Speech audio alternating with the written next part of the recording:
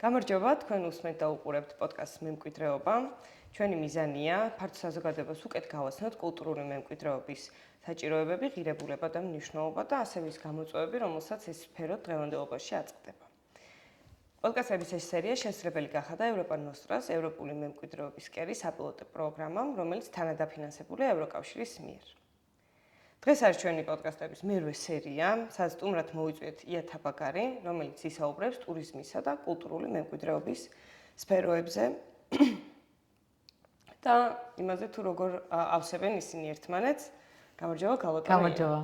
მოხარული ვარ, რომ ხართ ჩვენი სტუმარი და დღეს ვისაუბრებთ ტურიზმზე, რომელიც ესეთი აქტუალურია დღევანდელ საზოგადოებაში და მთლიანად საქართველოს ერთ-ერთი მთავარი განვითარების მიმართულებაა. და სანამ უშუალოდ საკითხებზე და ტურიზმის და კულტურული მემკვიდრეობის სიღრმისეულ გარჩევაზე გადავალთ, მოგვიყევით თუ შეიძლება როგორ მოხვდით ტურიზმის სფეროში და რატომ მაინც და მაინც კულტურული მემკვიდრეობა. პირველ რიგში დიდი მადლობა მოწვევისთვის. ძალიან მოკლედ გადავხედავდი ამ საკითხს, იმიტომ რომ იმ პერიოდში, როდესაც მუშაობდი ისტორიის და ეთნოგრაფიის ინსტიტუტში, ძალიან იმ პერიოდში საკმაოდ უპერსპექტივო იყო ეს ყველაფერი, იმიტომ რომ ის ადამიანები, ვინც მაშინ ახალგაზრდები ვიყავით და მივედით სამუშაოდ, ჩვენ დაგვხვდნენ საოცარი ადამიანები, მეცნიერები, რომლებსაც 30-40 წლიანი გამოცდილება ჰქონდათ საქართველოს ეთნოლოგიის კვლევის. და იმის გამო რომ იყო 90-იანი წლები, იმის გამო რომ ბევრი რამე არ არსებობდა და სახელმწიფო იყო ძალიან სუსტი, მათაც ცოტათი ზოგიერთს ფარხმალიც ჰქონდათ დაყრილი და შესაბამისად ეს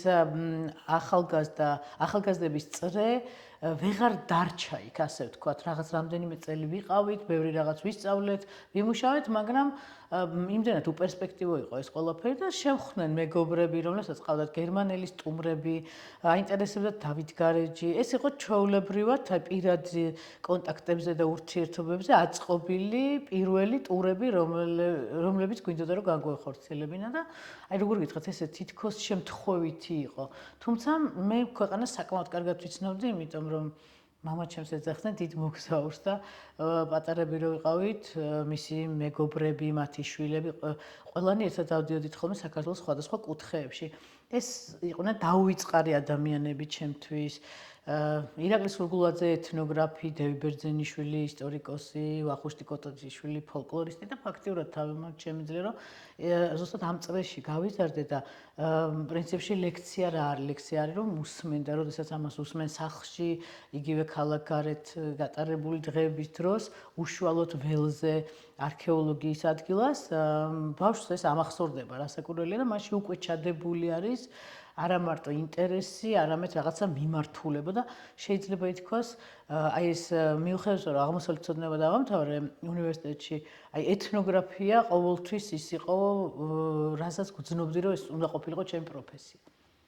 ძალიან საინტერესოა ჩვენს პოდკასტებში, ძალიან ხშირად გაჟღერდა ეს, რომ ზუსტად ოჯახიდან და წინაპრებიდან გამომდინარე გახდნენ ადამიანები, კონკრეტული დარგის პროფესიონალები და ეს ღირსეული დამოკიდებულება თავის სფეროსთან დაკავშირებით, აი მოდის ზუსტად ეგ ოჯახიდან ჩადებული ღირებულებებიდან. და როგორც ახსენეთ 90-იანი წლები საქართველოსთვის საკმაოდ მძიმე, საქართველოს სახელმწიფოსთვის მძიმე და შემდგომ უკვე ესეთი განვითარებული, ანუ სწრაფი განვითარება მოხდა და ამაში ძალიან დიდი როლი აქვს ტურიზმს. და თავიდანვე ესე იგი საქართველო იყო მიმზიდველი თავის ამ კულტურით, ისტორიით და ეს მრავალშრიანი განვითარებით, ხო, რაც საუკუნეების მანძილზე საქართველო იყო მაშინ სხვათა შორის აღმოუჩენელი, როგორც ევროპისთვის, ისე ამერიკისთვის და მით უმეტეს რაღაც იაპონისთვის და შორეული ქვეყნებისთვის. უფრო ჰქონდა ეს სტატუსი. ეხლა ვერ ვიტყვით, რომ საქართველო აღმოუჩენელი ქვეყანაა. საკმაოდ აღმოჩენილია ტურისტების მიერ და ზოგადად მსოფლიო ტურიზმის მიერ. და ეხლა უკვე საქართველოსთვის შემდეგი ეტაპი უნდა დადგეს, როცა ის აღმოჩენილი და პოპულარიზებული საერთოდ სხვა კუთხით უნდა დაინახონ, ხო, ამ ადამიანებმა? უნდა დაინახონ კიდეც და რაღაც ტურიზმით შეიცვალა მსოფლიოში, უფრო გახდა თითქოს გრძნობებზე და ემოციებზე აგებული. ამაზე ბევრმა რაღაცა მიმოქმედა, შეიძლება რაღაც პიკს მიაღწია, თვითონ ადამიანებმა დაიწყეს მასიური ტურიზმის დაგმობა, ეს ბევრ ქვეყანაში ხდება. მე ვიტყოდი, რომ ბევრად უფრო შეგნებული გახდა ევროპული საზოგადოება, როგორც თავიანთ ქვეყნებში, ისე სხვა ქვეყნებში და მათ სრულიად სხვა ფასეულობები აქვთ და ის წარმოდგენა, რომ არ შეიძლება ყველგან იყოს ტურისტი და მთელი საზოგადოებები, თუნდაც სხვადასხვა თემები და საკმაოდ ნელად მისაღწევ ადგილებში იყვნენ მთლიანად ტურიზმზე დამოკიდებულები. გასაგებია და ისტორიულად საიდან იწყება თვითონ ტურიზმი, იმიტომ რომ ხა პილიგრიმობის ტრადიცია თელ მსოფლიოში არის გავრცელებული ერთი ქვეყნიდან მეორეში მოგზაურობა მოლოცვისთვის, მაგრამ აი ეს როგორც ესეთი ადამიანი, რომელიც მიდის სხვა კულტურის შესაცნობად და იმიტომ რომ იქ რაღაც ღირსშესანიშნაობები ნახოს, ყველაზე პირველი პრეცედენტები როდის ფიქსირდება? იცით როგორ არის? საერთოდ ამბობენ, რომ პირველი მოსე იყო, რომელმაც ებრაელები ეგვიპტიდან გამოიყვანან. ეხლა ცოტათი ხუმრობით ამბობ, მართალია ბიბლიას ეხება, მაგრამ ისინი იმდენ ხანს მოგზაურობდნენ, მოგზაურობა იყო, თუმცა მათი მიზანი შემეცნება არ ყოფილა, მათ სხვა მიზნები ჰქონდათ, მაგრამ გასათვალისწინებელია, რომ თორზე წაიყვანა, ანუ ტურზე წაიყვანა, ასე ვთქვათ. და ბევრი ფაქტი ჩვენთვის საკმაოდ უცნობია, თუმცა ეს დიდი სავაჭრო გზები შეიძლება იყოს განიხილებოდეს ასევე ტურიზმად, განიხილებოდეს ასევე ძველი ბერძენი და რომაელი ისტორიკოსები, მკვლევარები, გეოგრაფები, რომლებიც მოგზაურობდნენ, ადგენდნენ სხვადასხვა რუკებს, სწავლობდნენ ეთნოს, ლოგოს, ეთნოს, გრაფოს, რომელიც ნიშნავს ხალხების აღწერას, ხალხების შესწავლას და ზუსტად ესე ჩამოყალიბდა ეს მეცნიერება, რომელსაც ეხლა ეთნოლოგია ქვია. და ბევრი ისტორიული წყარო დაკარგულია, თუმცა დღემდე ეს არის საყრდენი, რის მიხედვითაც ისტორიკოსები და მკვლევარები წარმოდგენას იქმნიან იმ ძველ სამყაროზე და ზუსტად ტურიზმს რაც უკავშირდება იგივე აღმოჩენას, კვლევას თუ შემეცნებას, აი ალბათ ეს არის პირველი ნაბიჯები, თუმცა მაშინ ამას ტურიზმი არ ერქვა. დიახ, და სტრაბონი შეგვიძლია პირველი ერთ-ერთი შეიძლება იყოს, ვინ ჩანაწერები გააკეთა და არა მარტო სტრაბონი, შეიძლება, რა ვიცი, ლეონტი ბროველიც კი ძალიან გაგიკვირდებათ ახლა, მაგრამ შუშანიკის წამებაში არის ისეთი ნაწყვეტები, რომელიც შეიძლება გამოვიყენოთ იმის აღწერად, ვინ როგორ გადაადგილდა, სად წავიდა, სად მოვიდა. აი ნებისმიერი წვრილმანი შეიძლება ფაქტი იყო ძალიან მნიშვნელოვანი იმისათვის, რომ რაღაც სურათი შევქმნათ. მე ამას უკვე მოყვებოდა, გადავახტეთ ცოტათი საუკუნეებს, თუმცა ამ სავაჭრო გზებს არ გამოვტოვებდი. ასევე აბრეშუმის გზაზე არის ხოლმე ძალიან ბევრი დისკუსია, რაც ძალიან ხშირად კამათობ ამ თემაზე, რომ თითქოს საქართველოში აბრეშუმის გზა არ ყოფილა, როგორ არ ყოფილა. იმიტომ რომ შეიძლება არ იყო კლასიკური აბრეშუმის გზა, რომ მაინც და მაინც ამ ქუჩაზე გადიოდა და რომელიღაცა გზაზე. მაგრამ საქართველო მოიაზრებოდა აბრეშუმის გზის დიდ არეალში და გამომდინარე იქიდან, სად იყო ომები, სად იყო უსაფრთხოება, ამის მიხედვით იცვლებოდა და ამიტომ კლიმატური პირობების კლიმატური პირობების სეზონურობა, მიმღებლობა იმ სახელმწიფოების მხრიდან, სადაც უნდა გაევლოთ და ამიტომ ამ სავაჭრო გზებზე როგორ შეიძლება ითქვას, რომ არ ყოფილა, რასაკვირველია ყოფილა, ეს იყო აღმოსავლეთიდან ევროპამდე და ევროპიდან აღმოსავლეთის ქვეყნებამდე, იგივე შავი ზღვის გავლით იქნებოდა ეს თუ მთიანი რეგიონების, ნახევრად მთიანი რომ დავარქვათ, იგივე ჩვენი მეზობელი ქვეყნების ჩართულობით, ასე ვთქვათ. ესეც რაღაც გარკვეულწილად ტურიზმს უკავშირდება. და ერთ-ერთი ძველი კომპანია არის Cox and Kings-ი, ესენი არიან ბრიტანეთში დაფუძნებულები და წარმოიდგინეთ 1750 წელს დაიწყეს ბრიტანელების ტარება ინდოეთში. აი ეს ერთ-ერთი უკვე ბიზნესად ქცეული ტურიზმი იყო, სადაც ჩანს რომ ხალხი ამაში ფულს იხდიდა. და ისინი ვალდებულები იყვნენ მშვიდობით ჩაეყვანათ ძალიან მაქსიმალური კომფორტით იმ პერიოდისთვის და უგან დაებრუნებინათ ეს ხალხი. და წარმოიდგინეთ რამხელა რისკებთან იყო ეს დაკავშირებული. მე პირადად ნამყოფი ვარ ბრიტანეთში, მათ იუბილეზე, რომელიც იყო აი საოცრება, იმიტომ რომ წარმოიდგინეთ რამდენიმე ასეულ წელს რომ მოიცავს კომპანია, რომელსაც აქვს ამბიცია, რომ ჩვენ ვართ უძველესი ტურისტული კომპანია და რომელიც დღემდე არსებობს. სხვათა შორის საქართველოში ჩამოყავთ ხოლმე პატარ-პატარა ჯგუფები და ეს ჯგუფები არიან უფრო მიმართული კულტურულ მემკვიდრეობაზე. მათი ინტერესი არის ქვეყნის კულტურის შესწავლა. დაახლოებით ამავე პერიოდში შეიძლება იგივე ინდოეთ-ინგლისის ურთიერთობაში, ბრიტანეთის ურთიერთობაში დაუკავშიროთ, რომ ისტორიული შენობები და ეს კულტურული მემკვიდრეობა ხდება უკვე ღირსშესანიშნავი და საინტერესო, რომ შენ სხვა კულტურის და სხვა ქვეყნის კულტურა უკეთესად გაიცნო. რასაკვირველია, რაც უფრო მეტი, ასე ვთქვათ, მოძრაობა მსოფლიოში არის ადგილები და ძალიან საინტერესო არქიტექტურული მემკვიდრეობა მთელ მსოფლიოში, რომელიც სულ რაღაც 20-30 წლის წინ გაიცნო მსოფლიო საზოგადოებამ. მაგრამ ყველაზე მეტად ტაჯ-მაჰალი იქნებოდა ეს თუ ეგვიპტური პირამიდები, ის რაც იწვევდა ევროპელების გაოცებას. მე ევროპელებს იმიტომ ვახსენებ, პირველი ტურისტები იყვნენ ევროპელები ზუსტად, აი ზუსტად ესე გრძელდება მათი ტრადიციები ტურისტთან მიმართებაში დღემდე. ანუ ის რა თქმა უნდა აზიიდანაც ჩამოდიოდა ხალხი აქეთ დასავლეთისკენ, მაგრამ მათ არ მოყავდათ სტუმრები, რომლებიც თანხას გადაიხდიდნენ იმაში, რომ თუნდაც ეიფელის კოშკი ენახათ. ეს ძალიან გვიან დაიწყო, კი, უფრო ეს ჩანასახი ამისი დაიწყო მეორე მსოფლიო ომის დროს და არის ერები, მათ შორის იგივე გერმანელებს, ბრიტანელებს, ფრანგებს ვიტყოდი, რომლებიც ინტენსიურად ცდილობდნენ შეესწავლათ და არა მარტო შემეცნებითი იყო, მოდით ესე ვთქვა, თავიდან ტურიზმი იყო შემეცნებითი. შემდეგ უკვე, როდესაც ხედავთ ჩვენ იტალიის, შვეიცარიის და სხვა ქვეყნების ძალიან მაღალ განვითარებულ კურორტებს, ეს უკვე დასვენების ტურიზმი იყო, სადაც ევროპა ისედაც სულ დადიოდა, ევროპელები ისედაც მიდიოდნენ, იმიტომ რომ ბევრი სახელმწიფო იყო ძალიან მდიდარი, გამომდინარე იქიდან რომ უზარმაზარი კოლონიები ჰქონდათ, ამ კოლონიებშიც უნდათ თავიანთი მოქალაქეების წაყვანა, სადაც უკვე კომერციული სახე მიიღო.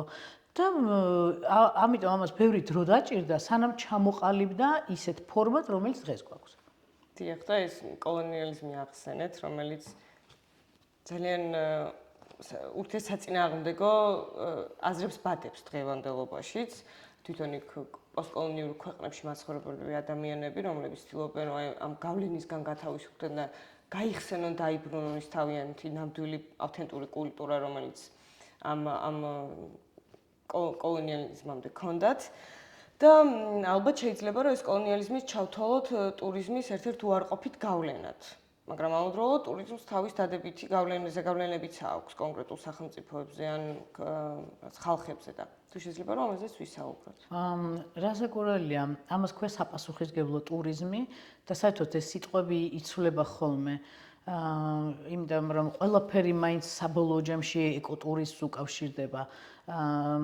დღესაც უამრავი კვლევა არსებობს საპასუხისმგებლო ტურიზმის, რაც იმას ნიშნავს, რომ პირველი რომ თვითონ ტურიზმი არ უნდა დაზიანდეს და მეორე რომ ადგილობრივი თემი არ უნდა დაზიანდეს. და როდესაც არის თემებზე ლაპარაკი, უფრო იგულისხმება ადამიანთა ის საზოგადოებები, რომლებიც ქალაქიდან მოშორებით ცხოვრობს. თუმცა ქალაქები არ დაგვავიწყდეს, როგორ დაზიანდა.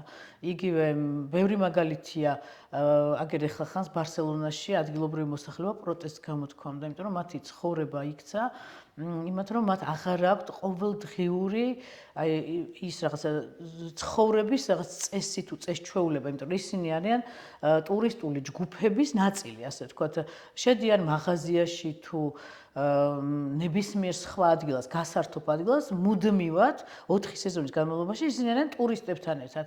და ალბათ დამთრგუნველია, როდესაც აღარ აქვს ქალაქს ის სახე, რომელიც მას ჰქონდა ისტორიულად.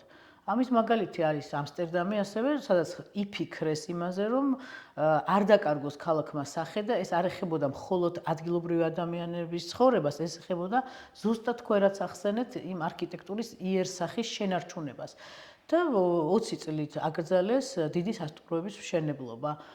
იმიტომ რომ დაითვალეს, რამდენი ჭირდება ქალაქს და ქვეყანას შემოსავალი, რამდენი არის საკმარისი, რომ ეს გადანაწილდეს შემოსავალი ტურიზმიდან და ისე რომ შენარჩუნდეს ეს არაჩვეულებრივი არქიტექტურა, რომელიც ამსტერდამს გააჩნია შემოსავალი ყველას ჭირდება რასაკურველი და ესე არის აწყობილი. ანუ ფაქტიურად ეს არის ძალიან ჭკვიანური მოდელი ტურიზმში არსებობს ესეთი განხა სატელიტური ტურიზმი, რომელიც ნიშნავს, რომ ტურიზმი არის თვლადი. ძალიან სამწუხაროა ჩვენ ქვეყანაში ამაზე არავინ არ ფიქრობს, არავინ არ ლაპარაკობს იმ გამორჩეული რამდენიმე კერძო სექტორის ამკვლევარის წარმომადგენლის გარდა. თუმცა ჩვენ დაგვიდგა უკვე ეს პრობლემა ძალიან სერიოზულად და მართალი რომ გითხრათ, მეც არ მაქვს ისეთი რა უნდა მოხდეს იმისათვის, რომ გამოსწორდეს სიტუაცია. და პირველ რიგში, რასაც ვიტყოდი, პირველი რაც უნდა მოხდეს, ადამიანებმა უნდა გაანალიზონ, უნდა გაიაზრონ, საით მიექანება ეს ყველაფერი და არჩევანის წინაშე რომ დავდგებით. აი ამას აქვს ძალიან დიდი მნიშვნელობა. დიახ, ჩვენ ნახეთ ზუსტად პანდემიის პერიოდში ამ ტურიზმზე აწყობილი ეკონომიკა და სისტემა ერთ დღეში ჩამოინგრა და ადამიანები მოქალაქეები არ იყვნენ მზად იმისთვის, რომ ესეთ ფორს-მაჟორულ სიტუაციაში ემოქმედათ. არც სახელმწიფო არ იყო ამისთვის და არც საზოგადოება ჩვეულებრივი. შესაბამისად, მე მგონი ეს კარგი მაგალითი და კარგი გაკვეთილი უნდა ყოფილიყო იმისთვის, რომ დივერსიფიცირება მოხდეს სახელმწიფოს შემოსავლის წყაროების და თუნდაც ტურიზმის მიმართულებების და ეკოტურიზმი რადგან ახსენეთ ერთი, აქვე რომ ჩამოვთვალოთ კიდევ რა მიმართულების ტურიზმი შეიძლება რომ განვითარდეს კონკრეტულად საქართველოში, რომელიც იქნება უფრო მდგრადი და სიცოცხლისუნარიანი. ესეთი თქვენ რომ ახსენეთ რომ ძალიან ერთ დღეს ჩამოიშალაო შეიძლება ითქვას, თუნდაც ერთ კვირაში ყოფილიყო, მაგრამ ეს მწარე გაკვეთილი როგორ გამოიყენა თავად საზოგადოება, მოდით სახელმწიფოს რომ თავი დავანებოთ. მე ვფიქრობ რომ არაფერი არ შეცვლილა. ძალიან ბევრმა პოსტ-კოვიდ პერიოდში, ზუსტად იმის გამო რომ ტურიზმზე იყვნენ დამოკიდებულები, ბევრ რეგიონებში პატარ-პატარა საოჯახო სასტუმროებს ყველა კრედიტით არსებობდა, ასე ვთქვათ, და იმის იმედით რომ ტურიზმი იქნებოდა ზუსტად სიცოცხლის უნარიანი და არ შეწყდებოდა თუნდაც რამდენიმე ერთეული წელი, მათ მოუწეთ ქვეყნის დატოვება, რაც ასევე ძალიან მძიმეა ამ პატარა ერისთვის. ამიტომაც არის აგროტურიზმი კარგი მაგალითი, იმიტომ რომ ეს არის რეგიონებისთვის პირობა, როდესაც თავად ოჯახი და ჩაბმულია ოჯახის წევრები იგივე სამი წათმოქმედო იქნება თუ გარკვეულ მეურნეობებში, მათ აქვს თავისი მეურნეობა და ტურიზმი დამატებითი კომპონენტი. ეს არის ძალიან მნიშვნელოვანი, რაც სამწუხაროდ ვერ გაიაზრა ქართულმა საზოგადოებამ და მთელი საქართველოს მასშტაბით. ალბათ ესეთი ტურისტული ობიექტები, რომელსაც ეს გააზრებული აქვს და რაღაცნაირად შეძლებდა თავის გადარჩენას, ალბათ სულ შეიძლება 3 ან 4 იყოს. და მეტი არა წარმოიდგინეთ ამხელა ქვეყანაში. კარგი მაგალითებია იგივე ზემო სვანეთი, რაჭა, თუნდაც თუშეთი, მე უფრო ვამბობ მთის რეგიონებზე ამ შემთხვევაში. თუმცა არანაკლებ დაზარალდა ტურისტული ინფრასტრუქტურა და თავისთავად ბიზნესი ბაკურიანში, გუდაურში, ყაზბეგში და ასე შემდეგ. ეკოტურიზმი რომ ვახსენეთ, ეკოტურიზმი გარდა ეკოტურიზმი ბევრ ამას მოიცავს, ასაკურველია, მაგრამ საქართველო არის სრულიად იდეალური სათავგადასავლო ტურიზმისთვის და სამწუხარო ფაქტი ის არის, რომ სათავგადასავლო ტურიზმი არის, რა ვიცი, მეათე ხარისხოვანი თუ ყოფილა წლები, როდესაც ერთ ხელისუფლებას, მეორე ხელისუფლებას გამოუცხადებია სათავგადასავლო ტურიზმის წლად, აი სათავგადასავლო ტურიზმის წელია. და შეკითხვაზე, აი რა გაკეთდა ამისთვის, ან ერთი წლის მერე სიტყვაზე დაიბეჭდა რაიმე სახელმძღვანელო სათავგადასავლო ტურიზმის გიდებისთვის, არა დაუშვათ რაიმე კარგი პოდკასტი ჩაიწერა თუ ვიდეო გადავიღეთ, სარეკლამო. აი ესეც არა და ესე ცარიელი სიტყვები რომ მოდით გამოვაცხადოთ, ამის უკან უნდა იდგეს, მთელი მოძრაობა უნდა იყოს და ისტორიას უნდა დარჩეს. ისტორიისთვის არ გვინდა ჩვენ ეს ბიზნესია, ხო? უნდა დარჩეს თუნდაც ბეჭდვითი მასალა, რაღაცა კვლევა, იგივე არ მინდოდა უცხო სიტყვის ხომ, მაგრამ გაიდლაინები, როგორ განვითარდეს, სტრატეგიები. აი ამას აქვს ძალიან დიდი მნიშვნელობა, რაც სამწუხაროდ არ არის. და ამ თემას დავასრულებ იმითი, რომ სათავგადასავლო ტურიზმი რომ სუსტია, თითქოს კულტურული ტურიზმი არის ძლიერი. არ გეგონოთ, რომ კულტურული ტურიზმი არის ძლიერი, იმიტომ რომ კულტურული ტურიზმი არ ნიშნავს სვეტიცხოვლში და ჯვარზე მიყვანილ ძალიან ჯვრის მონასტერში მიყვანილ ძალიან დიდი რაოდენობით ტურისტს. პირიქით, ალბათ ძალიან ძნელი იმის დასახელება, რომელი კულტურული მემკვიდრეობის ძეგლი არის თავიდან ბოლომდე უპრობლემო და თავიდან ბოლომდე მზად იმისათვის, რომ იქ იარონ ტურისტებმა, როგორი გათვლები არსებობს, 10 წლის შემდეგ რა იქნება, ესეც არ გვაქვს.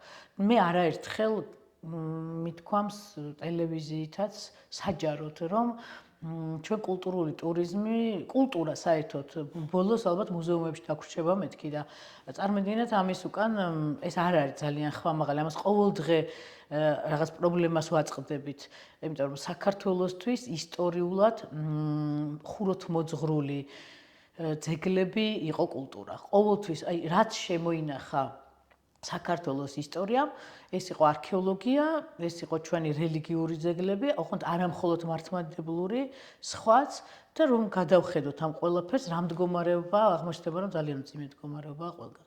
კი, ამ დაკვირვება ჭირდება და ნებისმიერი ადამიანი შეამჩნევს, რომ თუნდაც აი უბანში ხავლაბარში არაჩვეულებრივი ურბანული ქსოვილია, რომლის შენარჩუნებას პირდაპირ მოგცემდა შესაძლებლობას დროში გვემოგზაურო. თუნდაც მე-19 საუკუნეში, ეს რადგან 150-ან 200 წლის წინ იყო, იმას ანიშნავს, რომ ხელწამოსაკრავია და ჩვეულებრივია და მერე რა თუ აღარ იქნება, ხო? აქ ყოველთვის ძალიან დიდი მნიშვნელობა აქვს აი ადგილის სულს, genius loci ესეთი ტერმინიც არის, სადაც აი ეს ურბანული ქსოვილი, თუნდაც ის სტრატა, გაცვეთილი ფასადი და შემდეგ ქმნის იმ ხასიათს, რომელიც იზიდავს ადამიანს და ამის ძალიან ბევრი კვლევა და სტატია არსებობს, რომ რატომ მოგწონს ძველი ადგილები, რატომ არის მზიდველი ის გახუნებული კედელი და თუნდაც აი მსგავსი ტიპის ინტერიერი, ხო, როგორშიც დღეს ჩვენ ამ პოდკასტს წერთ და სამწუხაროდ ნამდვილად ვერ შეიმჩნევა, რომ თუნდაც ახალი რეაბილიტაციები რეალურად ქმნის იმ შესაძლებლობას, რასაც პირდებიან სახელმწიფო მესვეურები ადამიანს, რომ თუ ამ უბანს ესე გავაპრიალებთ და იდეალურად აღვადგენთ, ეს ხალხს მოიყვანს აქ და მთლიანად ხალხს მოიყვანს, მაგრამ კითხვა არის, როგორ ხალხს მოიყვანს, როგორ ტურისტს მოიყვანს, იგივე საქართველოს მოქალაქეებზეა საუბარი, რამდენად საინტერესოა საქართველოს მოქალაქეებისთვის. აგერ თბილისიდან სულ რაღაცა 100 კილომეტრის რადიუსში რო ავიღოთ ბოლნისი, მარნეული, გვინდა არ გვინდა ჩვენი თანამოქალაქეები არიან ეთნიკური უმცირესობები და თბილისი რა არის არიციან, თბილისის სული რა არის არიციან. და იმაზე აღარ მაქვს საუბარი სხვა ქალაქებზე, თელავზე, სიღნაღზე, ქუთაისზე და ასე შემდეგ. და ქუთაისი რომელიც არის სოფლიოში ერთ-ერთი პირველი, ერთ-ერთი უძველესი ქალაქი ნახსენები ჯერ კიდევ მე-14 საუკუნეში ჩვენ წელთაღრიცხვამდე, აი როგორ შეიძლება ეს არ იყოს გამოყენებული იგივე პიარისთვის. აი საით მივდივართ მთლიანობაში, ცოტა იქითკენ ხომ არ მივდივართ, რომ ვისი გადასაწყვეტიც არის ბრენდინგი, პოზიციონირება, რომ მათ თავად არ იციან ეს ყველაფერი. და კითხვაზე ჯერ კიდევ ძველი რომაელი და ბერძენი ფილოსოფოსები კითხულობდნენ კულტურა რა გვინდა, კულტურა და თვითონ მე უპასუხეს, კულტურა იმისთვის გვინდა, ჩვენ გვინდა პირველ რიგში ადამიანებს, ჩვენ ადგილობრივ ხალხს გვჭირდება კულტურა. იმისათვის რომ გავიაზროთ შემეცნებისთვის და ასევე იმისათვის რომ დავიკმაყოფილოთ გარკვეული ამბიციები, რომ როდესაც სადმე მოგზაურობთ ან ხვდებით სტუმარს პირველი ხო არ ამბობთ რომ მე დავუშვათ ოჯახი მყავს კარგი ან ბებია ბაბუაზე შვილებზე ხო არ ესაუბრებით სახელმწიფო ენა რომელია საიდან რამდენი ხნის არსებობს ქვეყნის ისტორია საიდან იწყება იგივე უძველესი არქეოლოგია და ამის გააზრება ჩვენ ქვეყანაში ძალიან სამწუხარო რაღაც უნდა თქვა მაგრამ არ არის ეს ბოლომდე გააზრებული საყდრისის მაგალითი მინდა მოვიყვანო საყდრისი შეიძლებოდა ყოფილიყო ადგილი რომელიც მოიზიდავდა სრულიად მსოფლიოს იმიტომ რომ ეს განიხილებოდა როგორც უძველესი ოქროს საწარმო და იმის მაგივრად რომ საყდრისი გადაქცეულიყო საქართველოსთვის სავიზიტო ბარათად როგორც უძველესი არქეოლოგია ამის მაგივრად ერთმა ხელისუფლებამ მოუხსნა კულტურის ძეგლის სტატუსი და მეორე მას საერთოდ ააფეთქა და გადაუარა ამ ყველაფერს. ამიტომ ეს მაგალითი მუდმივად მომავალთაობებსაც უნდა გადავცეთ და უნდა იცოდნენ რომ ესე საკუთარ კულტურას არ უნდა მოიქცე და არც საკუთარ ისტორიას და მით უმეტეს იმ ადამიანებს რომელსაც მოით ესე ვთქვა თავზე დაანგრიეს ეს საყდრის იმ ადამიანებისთვის ძალიან მნიშვნელოვანი იყო საერთოდ საყდრისის არსებობა. ეხლა გელათი ძალიან მძიმე მდგომარეობაშია მოგეხსენებათ და ვინმეს არ ეგონოს რომ ბევრად კარგი მდგომარეობა აგერ ჯვრის მონასტერზე, სადაც წყალი ჩადის, იგივე აბანოთუბანი, სადაც დედაქალაქს, რომელსაც ისტორიულ დედაქალაქს ძალიან პატარა აქვს ისტორიული ნაწილი და იქ ესეთი უხეში ურბანული ჩარევა მიდის, როგორ გითხრათ, ეს არის ალბათ დანაშაულის ტოლფასია. და ამას არის საზოგადოება კიდევაც დანაშაულის საქართველოს კანონმდებლობის მიხედვით კულტურული მემკვიდრეობის ძეგლების ხელყოფა და ლანდშაფტის დარღვევა. დედაქალაქი არის ყველასი, ასე ვთქვათ. და რაღაცნაირად ამაზე დედაქალაქში ესეთ ურბანულ ჩარევაზე ძალიან ხშირად მესმის ხოლმე რეგიონებში მცხოვრები ადამიანების შეშფოთება და რაღაც იქნებ ხმა მოვიღოთ რაღაცა და მცხვენია ხოლმე, იმიტომ რომ თბილისში თითქმის 2 მილიონი ადამიანი ცხოვრობს და ასე ვთქვათ, აი ასპინძაში მცხოვრები ადამიანი მარტო ის კი არ უნდა დარდობდეს, აი აქ ყოველდღე რო დადიან, ყოველდღე რო ამას უყურებენ, ისინი უნდა დარდობდნენ პირველ რიგში, მათ ქუჩაზე რაც ხდება. და მე თუ მკითხავთ, თვითონ ხალხი არის ძალა და ხალხმა თუ ხმა არ მოიღო, არც ერთი ხელისუფლება მათ არ მოусმენს. და მით უმეტეს მთელ სოფლიოში ხელისუფლებები არასდროს არ ზრუნავდნენ თავისი ინიციატივით კულტურულ მემკვიდრეობაზე. ეს იყო ყოველთვის საზოგადოება, რომელიც მათ მიუთითებდა, აიძულებდა, მოესმინა, გაეთვალისწინებინა და რაღაც გარკვეული ზომები მიიღო. და იმ სოფლიო მაგალითებიდან თუ შეიძლება გავიხსენოთ ან დავასახელოთ, აი რომ ქვეყანას შეიცვალა ესე ტურისტული მიმართულება ან რაღაც განვითარდა კონკრეტული რეგიონი, იმიტომ რომ მე ვიცი ჩრდილოეთ ესპანეთის მაგალითზე, იქ როდესაც გუგენჰაიმის მუზეუმი აშენდა ბილბაოში, რომელიც იქამდე იყო რკინის გადამუშავებელი ქალაქი და მთელი ინფრასტრუქტურა ყველაფერი რკინის დამუშავების მადნის მოპოვებაზე იყო, როგორ რადიკალურად შეიცვალა მიმართულება და დღეს როგორი სხვანაირი ქალაქია, იქ კულტურული, მეტად კულტურული, ნაკლებად ინდუსტრიული, თუმცა ეს რკინის დამუშავების ინდუსტრია ასევე გადავიდა ტურისტული მიზიდულობის სივრცეში და ამ სფეროში და ესეც ინდუსტრიული მემკვიდრეობა საკმაოდ პოპულარული ხდება უფრო და უფრო, იმიტომ რომ საინტერესო ადამიანებისთვის ის 19 საუკუნის მეორე ნახევარში როგორ ამუშავებდნენ რკინას, თქვა დღევანდელი ტექნოლოგიებისგან განსხვავებით. ჩვენ თუ თვლით რომ ქართველები ხალიბების შთამომავლები ვართ, არანაკლები ტექნოლოგიები არსებობდა, რომელიც აღდგენილია სხვათა შორის, ოღონდ ნაკლებად ცნობილია საზოგადოებისთვის. მსოფლიოს ქალაქები, რომლებაც გაიაზრეს ეს და ძალიან ხშირად იგივე ახლო აღმოსავლეთის ქვეყნებში სხვათა შორის ყავდათ მოწვეული ხოლმე ევროპელი კონსულტანტები და ეს ეტყობა, ნამდვილად ეტყობა დაუშვათ იორდანიას თუნდაც, ეს ეტყობა ყატარს, რომელსაც ჰქონდა ფაქტიურად კულტურა, მაგრამ აი ის თუნდაც ნაშთები არქეოლოგიის გადააქციეს სანახაობად. მოდით ესე ვიტყოდი, რომ ჩვენ იმხელა მასალა გვაქვს ქვეყანაში ყველგან და ისეთი ადგილები გვაქვს, ჩვენ არ გვჭირდება არაფრის გამოგონება, ჩვენ გვჭირდება სწორი მიმართულება და უნდა შევეხო აუცილებლად ღვინის ტურიზმს, საერთოდ მეღვინეობას და ღვინის კულტურას. მე თვითონ მინიმუმ 10 წელი მუშაობდი ამ საკითხებზე, რაღაც გვეგონა რომ სწორი მიმართულებით დავძარით ეს ყველაფერი, გვეხმარებოდა აბსოლუტურად ყველა ჩვენს ჯგუფს, მაშინ სახელმწიფო დონორები, კერძო სექტორი, უცხოელი ექსპერტები, ჟურნალისტები და ესე ამასაც კი ვკარგავთ ახლა. ან უნდა შევეგუოთ, რომ პირველები ვიყავით იგივე როგორც მეღვინე ხალხი, როგორც ღვინის ქვეყანა, მაგრამ სულ მუდმივად ჭირდება ამას გამყარება. და ბევრი ქვეყანა გვედავება, ასე ვთქვათ. და სამწუხარო ზუსტად ის არის, რომ არაფერს არ ვაკეთებთ იმისთვის, რომ გავამყაროთ ჩვენი პოზიციები. და იმდენი ხელმოსაჭიდი გვაქვს, პირველ რიგში ეს არის მეღვინეობის უწყვეტი ტრადიცია.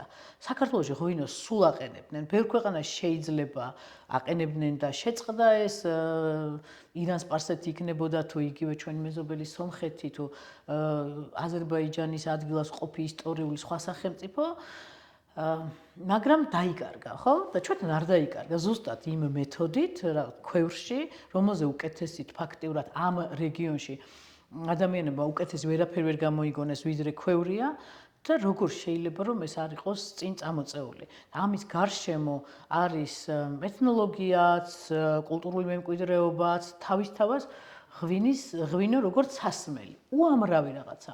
მე თუ მკითხავთ ამაზე უნდა მუშაობდნენ განათლებული ადამიანები, ბევრი კონსულტაციებით, რომ ერთხელ და სამუდამოდ საქართველოს კონდეს სტრატეგია, რომელიც ეხება მეღვინეობას და ასევე ღვინის ტურიზმსაც. და ზუსტად ღვინის ტურიზმი არის ის, რომელიც მოიზიდავს ადამიანებს, ვისაც ეს აინტერესებს და გააცნობს და ამას დანარჩენს მივაყოლელებდით დანარჩენ ყველანაირ კულტურას. თუ ძალიან შორს არ წაგუყვანს საუბარი, ვიტყოდი, რომ ჩვენი ღვინის ტურიზმი სრულიად განსხვავებულია ესპანეთის, საფრანგეთის, იტალიის თუ ნებისმიერი სხვა ქვეყნის ღვინის ტურიზმისგან და გეტყვით რატომ. მე თვითონ ამითი ვარ დაკავებული, ძალიან ხშირად დაინტერესებული ადამიანები მიმყავს კიდეც, ან ჩვენს გიდებს მიყავთ ხოლმე ესეთ ადგილებში.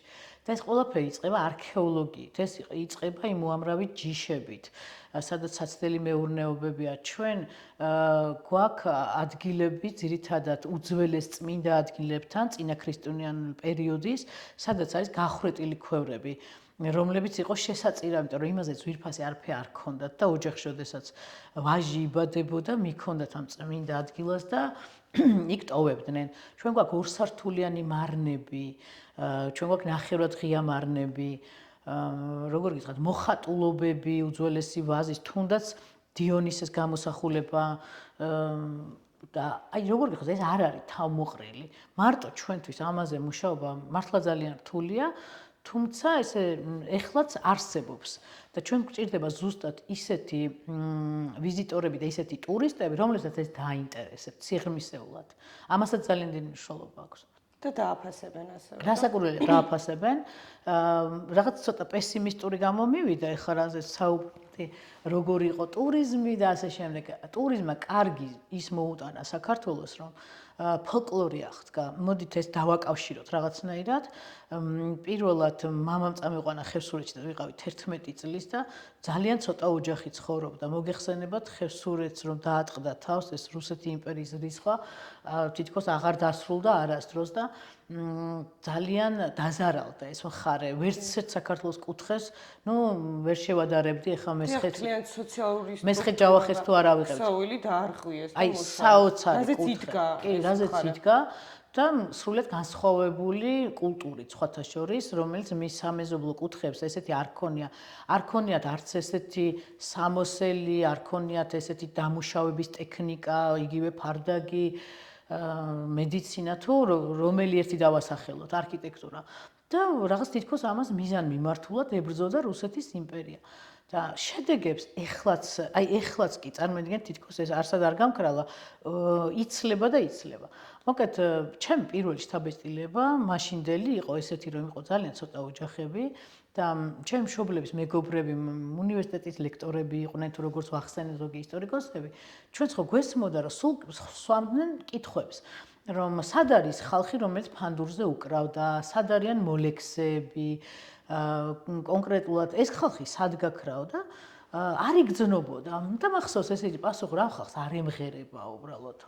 რამდენი წელი გავიდა და გამოჩნდნენ ოჯახები, დები, სხვადასხვა ოჯახებიდან იქ ბიჭები, რომლებმაც რაღაც ლექსად დაამღერეს იგივე ფანდურზე და ფოლკლორი გაცოცხლდა.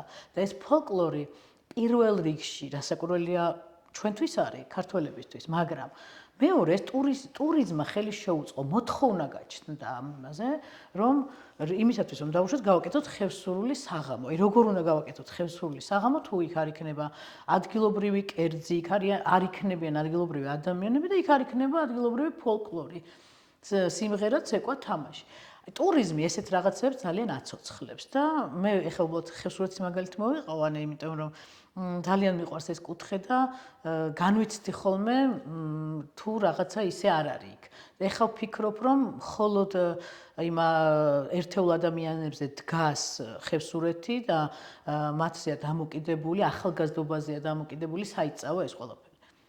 გასაგებია და ეს მხოლოდ ერთი რეგიონის მაგალითზე ვისაუბროთ, თქვა ტურიზმის დადებითი გავლენა, მაგრამ უფრო ფართო მასშტაბშიც რომ განვიხილოთ ზოგადად მსოფლიოს ხალხებს როგორ ეხმარება ტურიზმი ჯანსაღი განვითარების პირობებში. მე უფრო მეც დადებითს ვხედავ, ვიდრე უარყოფით, ზოგადად მსოფლიოში ჩვენ საპასუხისმგებლო ტურიზმი ვახსენეთ. უამრავი ადამიანი, მოდით ასე ვთქვათ, ფიზიკურად გადარჩა იმითი, რომ მათ არ ქონდათ წვდომა თავიდანვე, ბავშვობიდან არ ქონდათ წვდომა განათლებასთან, არ ქონდათ წვდომა სამეცნიერო მომსახურებასთან, იგივე თემის განვითარებასთან და იყვნენ რაღაც ჩაკეტილ გარემოში. ტურიზმმა შემოიტანა, მსოფლიოს ცნობადობა შემოიტანა, თავისი კულტურას გააცნო, ბევრი რამ მოხდა, რასაკვირველია, ფული შემოიტანა, რაც ყველაზე მთავარია და ადამიანებმა თვითონ დაიწყეს გადაადგილება. დღემდე ვთვლი, რომ ცოტათი ისეთ ძნელად მისადგომი ადგილებიდან ეს ადამიანები უნდა გამოვიდნენ, სადღაც ისწავლონ, იმოგზაურონ, ნახონ სხვაგან რა ხდება და მერე მათი გადასაწყვეტია უკან დაბრუნდებიან თუ არა და რას გააკეთებენ თავიანთი კუთხისთვის. და ვინც ბრუნდება, მგონია რომ უფრო გაძლიერებული ბრუნდება. ბოდიში.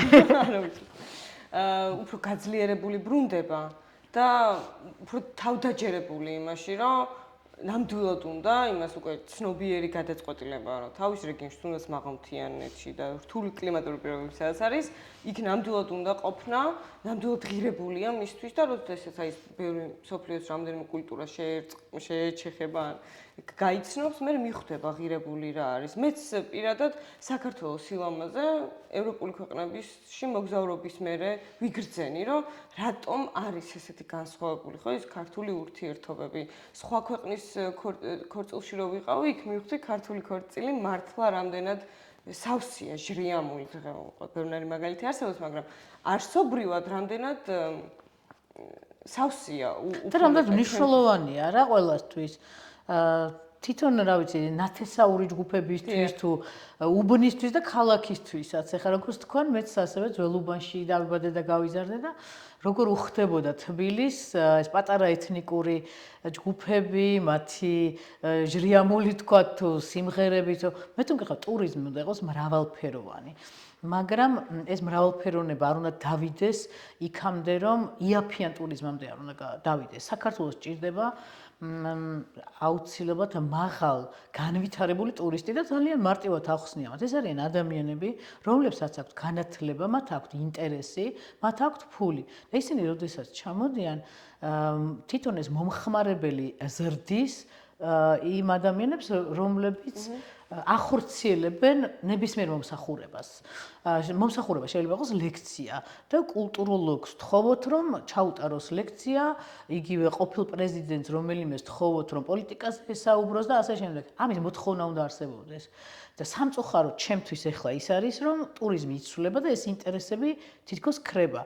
თუმცა უიმედოდ არ ვარ და ვფიქრობ, რომ ეს არის დროებითი და საქართველოს მაინც უნდა დაუბრუნდეს იმ ორბიტას, როდესაც საინტერესო იყო კულტურული თვალსაზრისით, ის რომ ტურიზმი მხოლოდ ფული არ არის. ეს არის კულტურის გაცვლა, კულტურის გაცნობა, კულტურის შემოტანა, გაცვლასაც გულისხმობ. მარტო ის არ არის შემოგვიტანეს და გვასწავლეს, ჩვენც ვასწავლეთ რაღაცას და უნდა იყოს რასაკვირველია მდგრადი და სიცოცხლის უნარიანი და ის კომპანიები, როგორც თუნდაც ჩემს მიერ დაფუძნებული კომპანია, სულ სხვანაირი ტურისტული პროდუქტი აქვს. ამ ტურისტულ პროდუქტს ჭირდება მაღალი როგორ გითხრათ, მაღალი შეგნების ტურისტი, რომელიც დააფასებს ამას და ეს არის ეთნოგრაფიაც, ეს არის ფოლკლორიც, ეს არის იგივე ღვინის კულტურის სიღრმისეული ცოდნა, გასტრონომიის სიღრმისეული ცოდნა და ბუნების დანდობა, ეკოტურიზმი, იგივე ბუნებაში სეირნობის დროს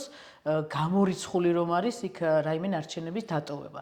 და ეს ტურისტები ძალიან ხშირად თვითონ ასუფთავებენ ხოლმე გარემოს. ამიტომ ეს უნდა იყოს საქართველოს მოდელი. მოვლილი უნდა იყოს რასაკვირველია, არქეოლოგიური ადგილებიც, ესეთი მიტოვებული სავალალო მდგომარეობა გვაქვს ძალიან ბევრ ადგილას და მკითხვაზე რატომ, რატომ? მე თუ მკითხავთ, ვისაც ეს ეხება, მათთვის არ არის ეს ფასეული და მათ ბოლომდე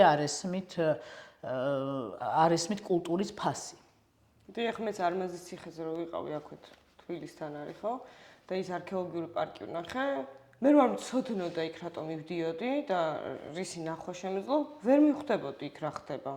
გაუგებარია, იმიტომ რომ დაზიანებულია საინფორმაციო დაფები, ნახევარზე მეტ ტექსტს ვერ წაიკითხავ, აღარ ჩანს ეს გათხრები კარგად, მოულელია, არავინ არ გხვდება იქ, რომ ან გამოყვეს, ხო შეიძლება დამატებით სიღრმისეული ინფორმაცია გჭირდებოდეს და ეს ერთი მაგალითია და დარწმუნებული ვარ, რომ მთელ საქართველოში იგივე ტენდენცია გრძელდება და სიცოცხლის უნარიანობას და ტურიზმზე რო ვისაუბროთ, ჩემთვის ტრაგიკულია მაგალითად ის ფაქტი, რომ ღვინის ქვეყანაში სადაც ქვევრი არის ხო, წამყვანი ნივთი, რაც ამ ტრადიციას ქმნის, სულ 20-მდე მექვევრია დარჩენილი და არ ხდება სამეცნიერო კვლევა თუნდაც ამ ქვევრის, ან მის ტექნოლოგიის დახვეწაზე მუშაობა, რომ თქვა იხა კიდე უფრო უკეთესი იყოს, იმიტომ რომ მე ზემო იმერეთიდან ვარ და იქ ჭიათურელ მექვევრებთან მაქვს ურთიერთობა და ვივიკონტაქტე და როდესაც მითხრეს, რომ 10-დან 5 ქვევრი გამოდის, იმიტომ რომ იქ სადღაც ჰაერი ეპარება ქვიშისგან გასუფთავებული არ არის.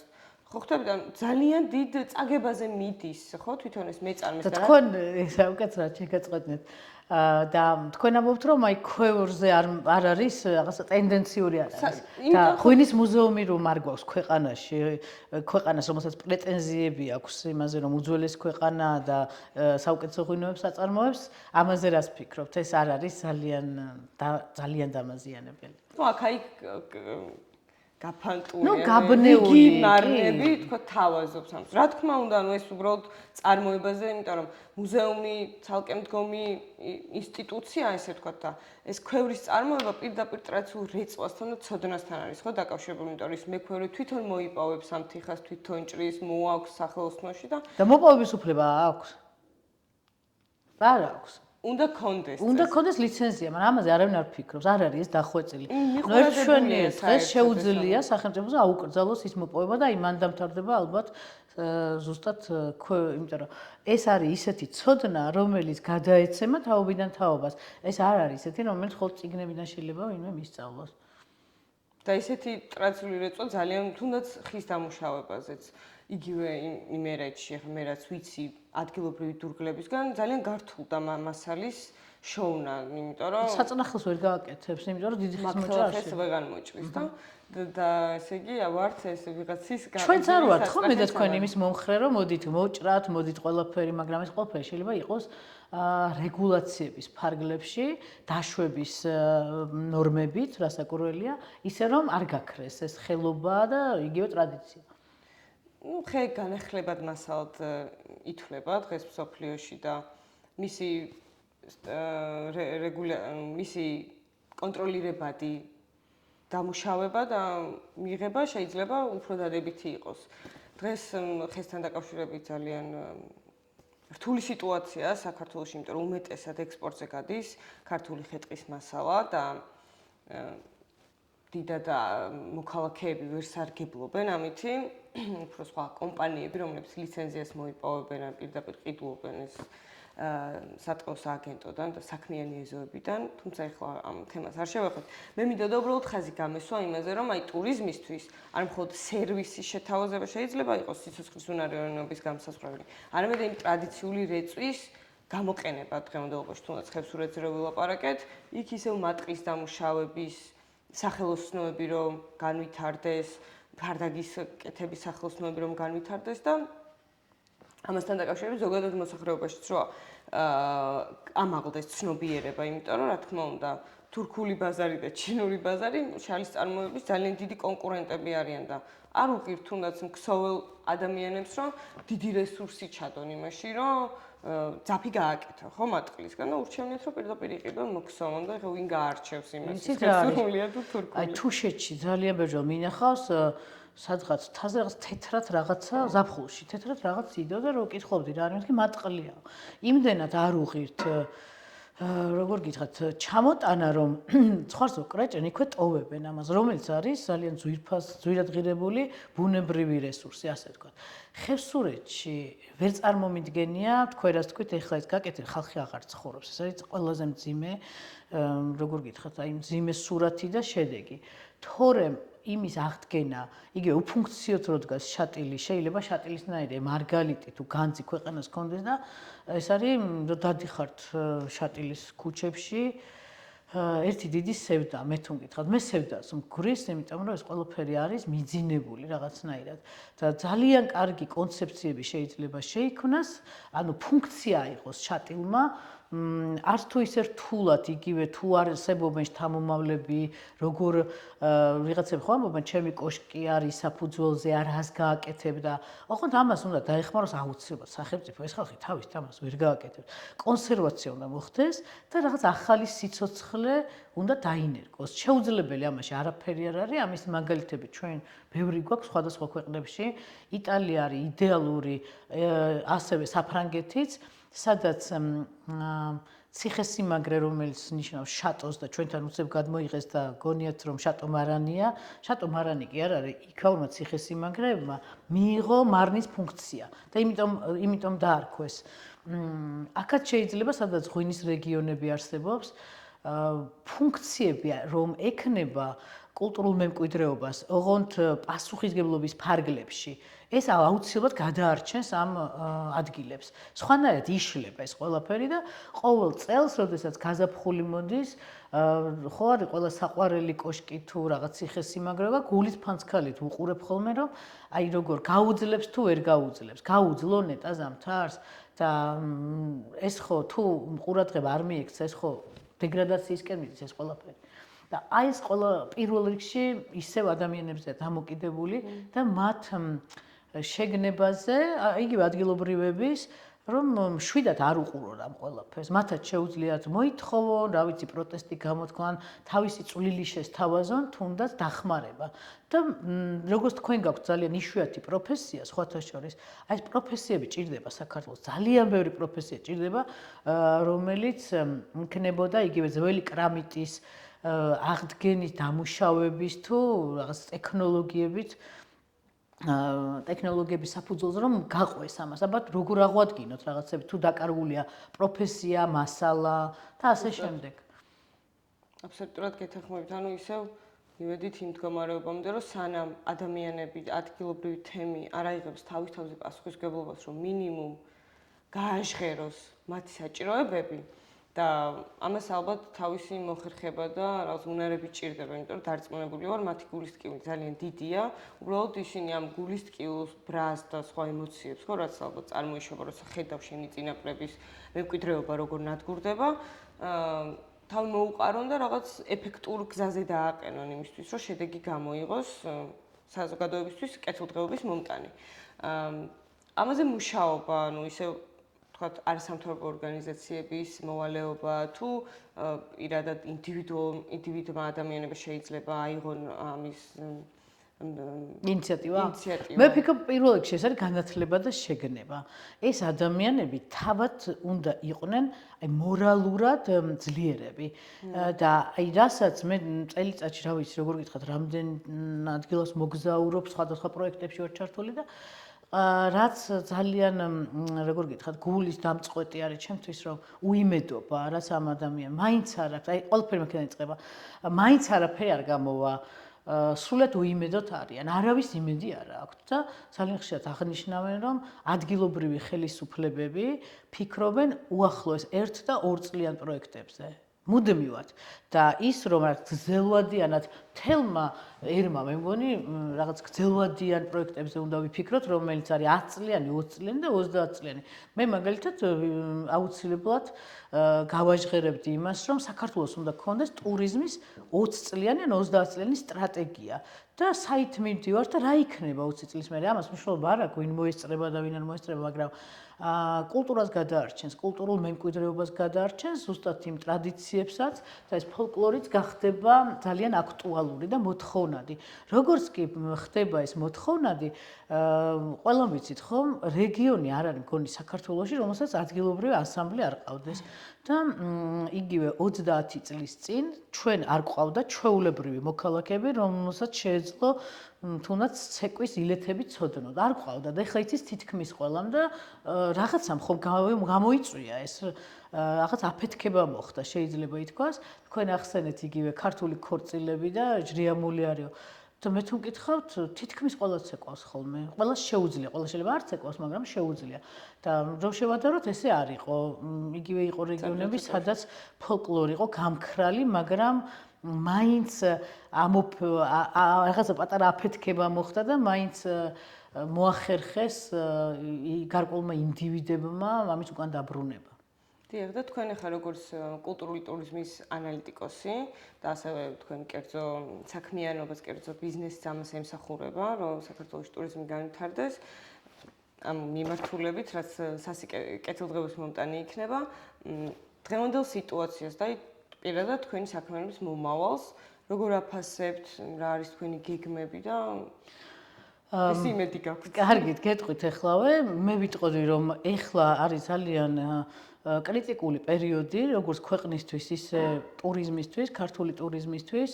ძალიან ბევრი ბიზნესი ტურიზმის არის გაურკვევლობაში, იმიტომ რომ წლების განმავლობაში იქნებოდა მაღალხარისხიანი ტურისტული პროდუქტი და ჩვენი მაღალხარისხიანი ტურისტული პროდუქტის მომხმარებელი აუცილებლად აქამდე უნდა ჩამოვიდეს, რასაც ეხლა ვერ ხედავთ. ნუ ყველამ ვიცით ამას რა იწვევს ამას ასაკურველია პოლიტიკური მდგომარეობა და რა ვიცი, თუ გვინდა რომ ხარისხი შევინარჩუნოთ, ისევ ევროპას არ უნდა მოვეშვათ. ჩვენთვის გამოსავალი არის ევროპასთან თანამშრომლობა, მეგობრობა, ევროკავშირზე ფიქრი ოცნება თუ გეგმა და პირადად ჩემი ბიზნესი არ არის ძალიან დიდი, მაგრამ არის ძალიან საინტერესო იმ კომპონენტებით, რომლებიც ეხახას განვიხილეთ.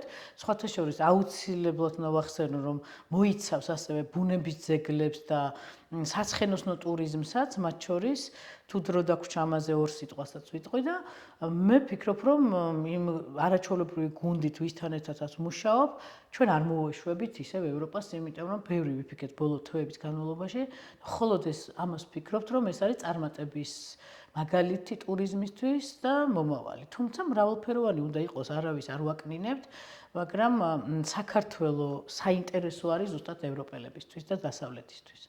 და დაამატეთ ასევე. რაღაცნაირად ვახსენე, რომ წლების წინ უკვე დაახლოებით 12 წელი გავიდა, ვცდილობ საცხენოსნო ტურიზმი განვავითარო, ძალიან მარტო არ ვარ, რასაკვირველია უამრავი თანამოაზრე მყავს ამ საკითხებში და საქართველოს როგორც საცხენოსნო ტურიზმის ქვეყანა საერთოდ არ არის ცნობილი მსოფლიოსთვის. და ჩვენი ამოცანა არის უახლოესი 1, 2, 10 და 20 წლის, რომ როდესმე საქართველოს გახდეს ცნობადი, როგორც საცხენოსნო ტურიზმის მიმართულება. ღვინით და კულინარიით ცნობილი არის, მაგრამ ის რომ ადამიანს უნდოდეს სადმე გრძელვადიან თუნდაც ერთკვირიან საცხენოსნო ტურზე წასვლა, საქართველოს უნდა გაახსენდეს. ეხლა არათუ არ ახსენდება, რანაირად გაახსენდება, ვერც კი წარმოუდგენია. და ამისთვის უკვე საფუძველი, ასე ვთქვათ, კი არის ჩაყრილი, მაგრამ ბევრი რაღაც ისევ ევროპა გვჭირდება ამისათვის. ევროპელი ტურისტები, რომლებიც იქნებიან ზუსტად ამ დარგის მომხმარებლები. ძალიან დიდი მადლობა. რა თქმა უნდა, ამ ორი დარგის თანაკვეთაში, რაც არის ტურიზმი და კულტურული მემკვიდრეობა, უამრავი სხვა საკითხია, რომელიც მეტად სიღრმისეულ განხილვას და განსჯას მოითხოვს. მაგრამ ამ ეტაპზე, ამ შესავალით დავასრულოთ ჩვენი სერია. ეს სერია და ბოლოს მინდა გთხოვოთ, თუ არის რაიმე კითხვა ან მოსაზრება, კომენტარი, რაც რის თქმაც გინდათ. ან გამოგრჩა საუბარში. პირადად თქვენთან მექნებოდა, იმდენ დავინტერესდი თქვენი პროფესიით. თქვენ როგორ ხედავთ იგივე მომავალს დამაიმედებელს, რომელიც ეხება საქართველოს მოდით ესე ვთქვათ, იგივე არქიტექტურას, ხუროთმოძღვრების ძეგლებს თუ კულტურულ მემკვიდრეობას. თუ გნებავთ, ორი სიტყვით, ქალაქზეც და რეგიონებზეც. უჩვეულო. არ ველოდი ესე კითხვის შემოbrunებას. რა თქმა უნდა, მეც მიფიქრია ბევრი და მით უმეტეს ახლა როდესაც რესტავრაციის სფეროში გადმოვედი კომერციული არქიტექტურიდან, დავინახე, რამდენად განცალკევებულია თვითონ ეს დარგიც. რაღაც ყველა ინიციატივა თითქოს ცალ-ცალკე ცდილობს რომ განავითაროს და არ ხდება რესურსების გაერთიანება, აი პროფესიონალი ადამიანების და ამიტომაც მგონია რომ ეს სფერო და ეს დარგი არის ძალიან დაკნინებული საზოგადოების თვალში. და მთლიანობაში ვიტყვი, რომ არც განათლების არც ერთ დონეზე საქართველოს კულტურულ მემკვიდრეობას არ ისმება ხაზი. მეც როცა არქიტექტურას ვსწავლობდი, არც თუ ისე სუდ უნივერსიტეტში საქართველოსთვის, საერთოდ არ მიდიოდა განხილვა კულტურული მემკვიდრეობის. რა თქმა უნდა, გვასწავლიან ქართულ საცხოვრებელს, მაგრამ არსობრივად ჩვენთან ახლოს არ მოსულა კულტურული მემკვიდრეობა და მის საჭიროება და ამიტომაც დღეს ახლა როდესაც შესაძლებლობა მაქვს და ეს პოდკასტები ზუსტად ამას ემსახურება, რომ ფართო საზოგადოებას გავაცნოთ. გარდა იმისა, რომ ლამაზია კულტურული მემკვიდრეობა, რატომ მნიშვნელოვანი მასზე ზრუნვა და მომაპატრონობა, იმიტომ რომ პირველ რიგში ეს ადამიანს უხვიძებს ღირსების შეგრძნებას, რომ აი რისი პატრონი ვარ და რისი მემკვიდრე ვარ და რისი დამტოვებელი შეიძლება ვიყო, ხო, სხვა თაობებისთვის. მეც ფილოსოფიის საფუძველს ვეძებ ყველაფერში და რა თქმა უნდა, სანამ საზოგადოება, ან მხოლოდ დარგის სპეციალისტები არ მივლენ ამ გააზრებამდე, რომ რაღაცა სიტყვის გარდა საქმითაც რაღაც უნდა ვაკეთო, იქამდე არ იქნება, იმიტომ რომ საფრანგეთში მაგალითად რამპარი არის ესეთი ძალიან მაგარი ძალიან ძლიერი ასოციაცია, იქ ადამიანებმა თავისი ინიციატივით დაიწყეს დანგრეული საფრანგეთი, რომელიც მეორე მსოფლიო ომმა თითქმის მიწასთან გაასწორა და არაფრით ჩამოუვარდებოდა გერმანიის განადგურებას, თვითონ თქვეს, რომ მოდი რა შაბათ-კვირა გვაქვს და მოდი რა რამე ძეგლი გავუსუფთავოთ, ბილიკი გავიყონოთ. თვითონ წამოვიდა ინციტა და ვერ ვიტყვით, რომ დაწინაურებულ მდგომარეობაში იყო საფრანგეთი და მისი ეკონომიკა. უბრალოდ იქ გაუღვივდათ ადამიანებს რაღაცნაირად ამის სრული, ცალ-ცალკე თითო-თითო სოფელში და შემდეგ შექმნეს ეს რამპარის ასოციაცია, რომელთანაც საქართველოს ეროვნულ ფონდმაც ითანამშრომლობდა და დღესაც ინფორმაციის გასვლა-გამოსვლა მიდის ამაზე. ასე რომ დაუბრუნდები ისევ იმას, რომ ქალაქშიც და სოფელშიც უფრო ღიად და თამამად უნდა მივიღოთ მონაწილეობა იმ პროტესტებში, რომელიც კულტურული მემკვიდრეობის დაცვას ხმარდება, მეტად დავისწროთ ლექციებს და ეს შესაძლებლობები არის.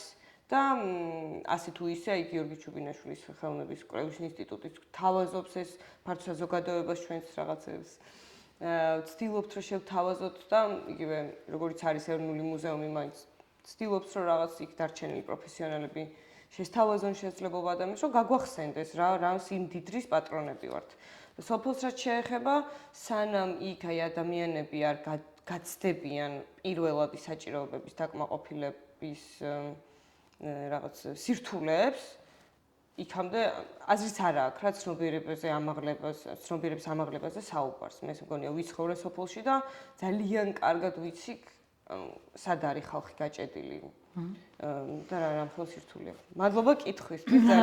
ძალიან საინტერესოა თქვენი პასუხიც ამ შემთხვევაში, იმიტომ რომ ფაქტიურად კულტურულ მემკვიდრეობაზე არის აგებული განათლებაც, ტურიზმიც, უამრავი სხვა სფერო, უსაფრთხოებაც კი ასე ვთქვათ. და ამაზე ხშირად უნდა ვისაუბროთ კიდეც. თქვენ კითხვით საქმითო, მაგრამ სიტყვით იწყება ეს ყველაფერი. და იმედი მაქვს ეს პოდკასტი პირველი სეზონი, ესე იმედიანი მინდა ვიყო და ესე დავარქვა, გარკვეულ შედეგს მოიტანს ამასთან დაკავშირებით და ჩვენ YouTube არხზე უკვე გამოჩნდნენ გულმხურვალე გულშემატკივრები, რომლებიც ამბობენ, რომ წერენ, რომ ძალიან კარგი რაღაც დავიწყეთ, კარგი ინიციატივაა და თურმე არის ინტერესი და ეს ინტერესი ვერ კმაყოფილდება კონკრეტული ინსტიტუციების ან ორგანიზაციების მხრიდან და რა თქმა უნდა ციფრულ სამყაროში ვარ და ყველანაირად სასიკეთოდ უნდა გამოვიყენოთ ეს შესაძლებლობები, არხები და მედია საშუალებები და ადამიანებს მივაწოდოთ ინფორმაცია და მათგანაც მოვისმინოთ ინფორმაცია და სხვა შორის ახლა კონკურსი გამოვაცხადეთ კულტურული ბრიტანეთის საელჩოსთან ერთად ჩემი მემკვიდრეობა, სადაც გვინდა რომ ზუსტად ფიზიკურ პირებს დავეხმაროთ და მათი შრომა და ღვაწლი ფართო საზოგადოებისთვის უფრო პოპულარული გავხადოთ და 4 მიმართულება გვაქვს და საკმაოდ ბევრი აპლიკაცია შემოვიდა, რაც იმის მანიშნებელია პირადად ჩემთვის, რომ მოწონთ ადამიანებს კულტურულ მემკვიდრეობას ზრუნვა და სწორი ინფორმაციის გავრცელების პირობებში კიდევ უფრო გაიზრდება მათი რაოდენობა. ძალიან დიდი მადლობა. მადლობა თქვენ რომ გვეწვიეთ და ვისაუბრეთ ესეთ თემებზე. მადლობა. როგორც უკვე აღნიშნეთ, ეს არის ჩვენი მერვე სერია, ჩვენი პოდკასტის მერვე სერია და ამ 8 სერიით შეგვიძლია ვთქვათ, რომ პირველი სეზონი დავასრულეთ და იმედი გვაქვს თქვენთვის ძალიან ბევრი და მნიშვნელოვანი ინფორმაცია მიიღეთ კულტურული მემკვიდრეობის დარგის შესახებ. ჩვენ ყველანაირად ვეცდებით, რომ ეს სერიები და ამ დარგის განხილვა გავაგრძელოთ და კიდევ უფრო მეტ თემას შევეხოთ. მანამდე კი შეგიძლიათ კომენტარებში დაასახელოთ თქვენი საყვარელი მხარეები და ტურისტული ღირსშესანიშნაობები, რომელიც საქართველოში მოინახულეთ და რა საჭიროებებია თუნდაც იმ ადგილებში, რომლებიც ფართო საზოგადოებისთვის შედარებით ნაკლებად არის ცნობილი. მადლობა რომ ხართ ჩვენი მაყურებელი და გულშემატკივარი. გელოდებით პროექტის გაგრძელებისას.